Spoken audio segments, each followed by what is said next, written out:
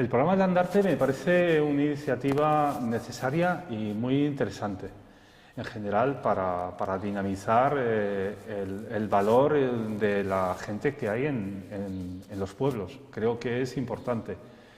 Hay mucho talento y creo que es importante una iniciativa así. Y eso, ¿te parece interesante las iniciativas como esta para poder llevar la cultura a sitios en los que llega menos? Creo que son, como te digo, iniciativas interesantes. Creo que se debería hacer más iniciativas de estas y hacerlo que sea mucho más grande y más participativo, sacando los recursos que tiene cada lugar y las personas de esos lugares, ¿no? ¿Y tú como artista cómo te sientes colaborando con este tipo de...?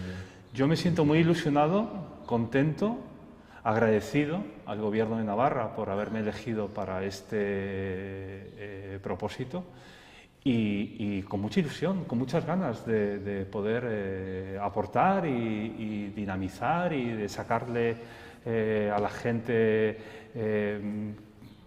iniciativas para poner en marcha, para llevar a cabo este proyecto, estas escenografías que se van a hacer aquí en Orbaizeta, junto a John Kelly y Maite Itoiz, y bueno, muy ilusionado, sí, muy ilusionado.